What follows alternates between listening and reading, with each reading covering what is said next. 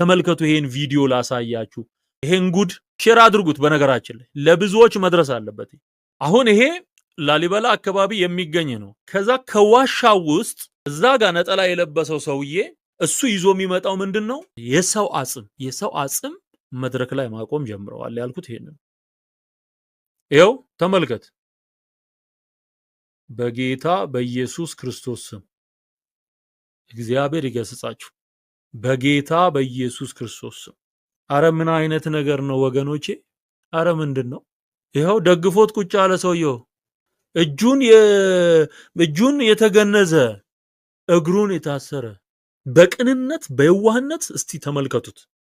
የእናትህ ወይም የአባትህ ወይም የእህትህ የቅርብ ዘመድ አስከሬን አጽም ወጥቶ እንደዚህ ፊት ለፊት ቢቆም ደስ ይላል? አንተ ከሙታን ጋራ ከመቃብር ጋራ ጨዋታ ምን ያደርጋል? ሰዎች ሞተው እንኳን ማርፉበት ቦታ ዲስሪስፔክት እኮ ነው ይሄ። ጌታ ምስክሬን ዲስሪስፔክት ነው።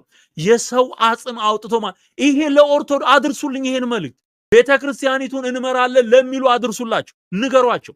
ነገ የአንድ ጳጳስ አስከሬን እንዲህ ባለ ሁኔታ ቢቆም ምንድነው የሚሰማው? እንግዲህ አሁን እዚህ ጋር አቁመው ይኸው የማይበሰብስ ቦታ ነው ቃል ኪዳን አለው ይልሃል። አሁን አላማው እሱ ንግድ ነው። ንግድ እኮ ነው። እዚህ ከተቀበረ አይበሰብስም አስከሬናችሁ። ንግድ እኮ ነው።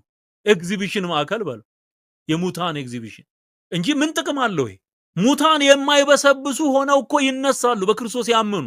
እኛ እሱን ነው የምንጠባበቀው። አስከሬን መጠበቅ አይደለም የእግዚአብሔር ጉዳይ።